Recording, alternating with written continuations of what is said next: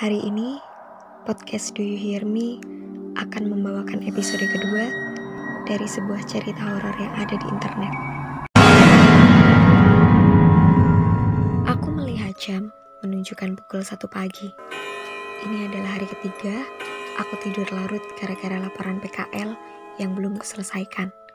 Karena aku sangat malas. Akhirnya, tugasku menumpuk dan membuatku harus begadang. Untuk beberapa hari ini, kafein akhir-akhir ini menjadi temanku dalam mengerjakan tugas. Selain itu, sebuah radio dan TV juga membantuku dari rasa bosan mengerjakan laporan ini. Aku tinggal di kos, di sebuah kosan yang memiliki kamar cukup banyak. Kamarku bernomor 19, yang tempatnya tepat di tengah lorong. Namun, aku nyaman di sana. Suatu hari, saat di kampus, temanku berkata, dia sedang ingin buang air besar secara terus-menerus. Sepertinya temanku Aji ini kurang enak badan. Untuk itu, dia meminjam kamar kosku untuk beristirahat. Karena aku masih ada urusan di kampus, aku pun memberikan kunci kamar kosku kepada temanku. Aji pun langsung pergi ke kosanku. Sementara aku masih menunggu Pak Ridwan dosenku. Tetapi beliau tidak datang. Apa boleh buat? Kira-kira jam 6 sore, aku pun kembali ke kosan.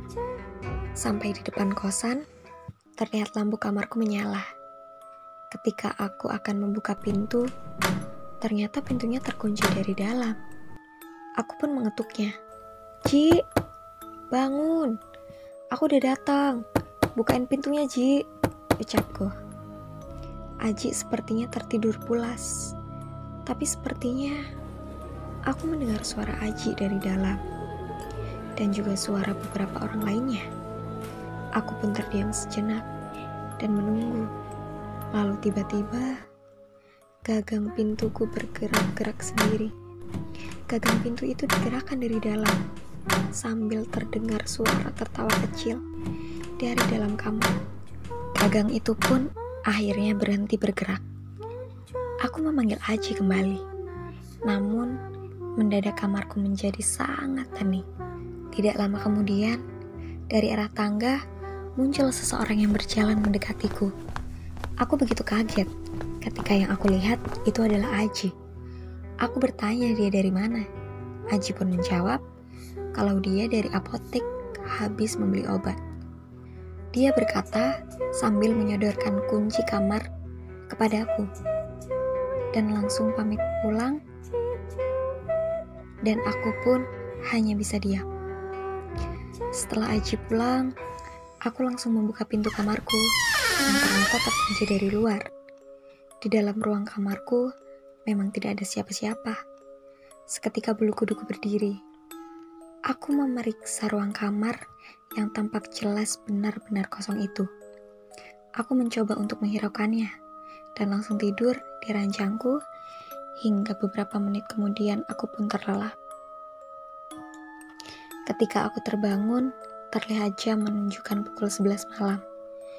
Aku langsung bergegas ke kamar mandi dan mengganti bajuku. Lalu kemudian, aku duduk di depan laptopku untuk melanjutkan laporanku lagi. Sepertinya tugas laporan ini membuatku lupa akan kejadian tadi. Namun, tak lama kemudian, aku mendengar suara berisik seperti orang-orang mengobrol dari arah luar kamarku. Aku lalu membuka pintu dan melihat keluar. Di lorong tidak terlihat siapapun. Namun, suara ribut itu masih terdengar jelas. Karena sangat ribut, aku pun membanting pintu agar terdengar menyindir mereka. Suara itu pun perlahan berhenti. Lalu aku lanjut menulis laporanku. Sampai aku mulai mendengar suara tetesan air. Kenapa malam ini banyak sekali gangguan?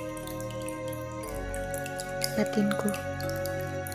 Aku lalu memeriksa kamar mandi dan melihat keran air. Tidak ada yang bocor, namun saat aku berbalik dan melihat ke arah ventilasi bawah, di depan pintu kamarku Di sana terlihat sebuah genangan air. Perasaan tadi tidak ada air di sana. Rasa penasaranku pun membawaku untuk membuka pintu.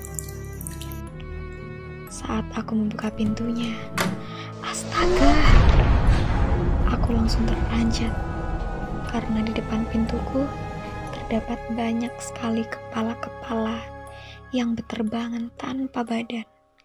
Wajahnya sangat hancur berantakan dan sangat menyeramkan. Aku melihat mulut mereka menganga dengan lidah yang menjulur keluar, meneteskan air liur ke lantaiku.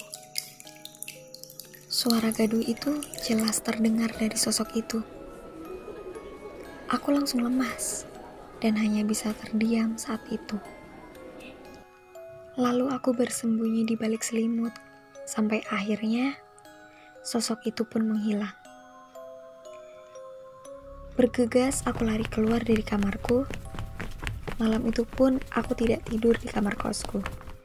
Karena takut, akhirnya aku begadang semalaman di kamar temanku. Aku tidak bisa tidur. Sosok tadi sangat menggangguku. Setelah aku bercerita kepada temanku, aku pun baru sadar bahwa malam itu adalah malam Jumat Kliwon. Tapi aku tidak tahu kenapa sampai diganggu sosok itu. Mungkin terkadang sesuatu yang terjadi itu memang tidak perlu ada alasannya.